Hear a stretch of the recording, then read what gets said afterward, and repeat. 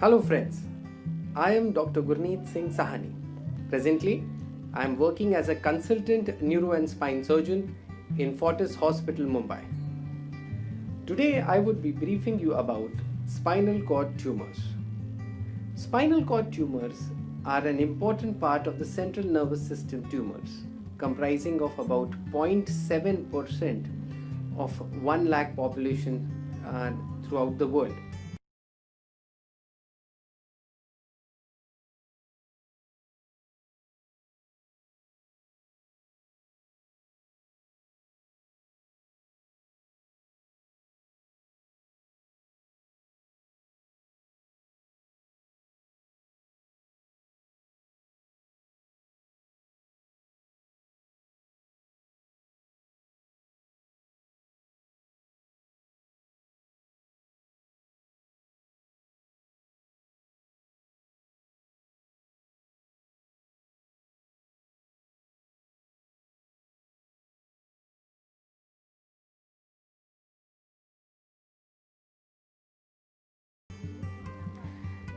These tumors are mainly classified according to it being benign, that is non cancerous, and malignant, that is cancerous tumors.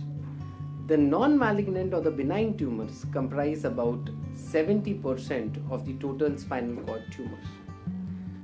They are also classified according to the site of origin of the tumor, which would be extradural, that means outside the covering of the spinal cord, intradural extramedullary, that means in between the outer layer and the cord parenchyma, and intramedullary, that means arising from the spinal cord parenchyma.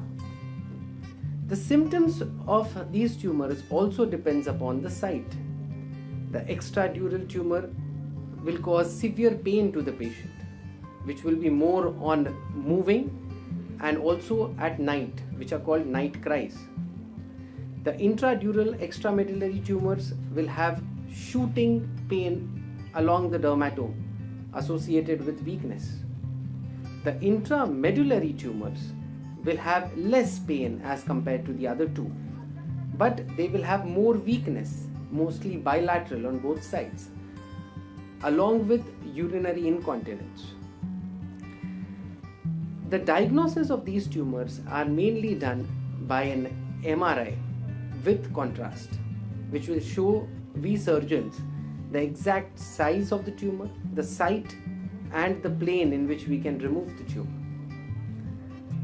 The main treatment of these tumors is microsurgical excision along with intraoperative neuromonitoring, which will help us to save as much as the normal tissue as possible. Radiotherapy is only done for a few intramedullary tumors which are inoperable and malignant.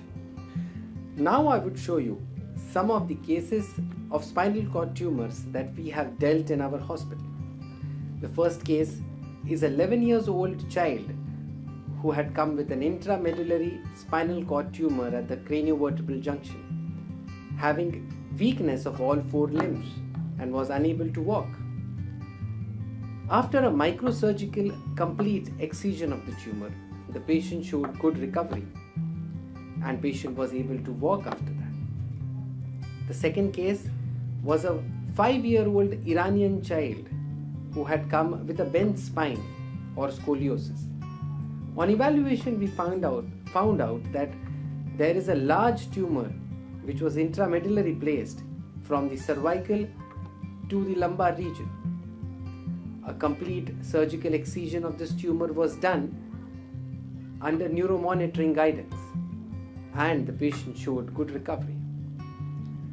The third case was a 50 years old Sudanese lady who had come with pain on the right side, on the right lower limb, with weakness in the hip, unable for her to walk.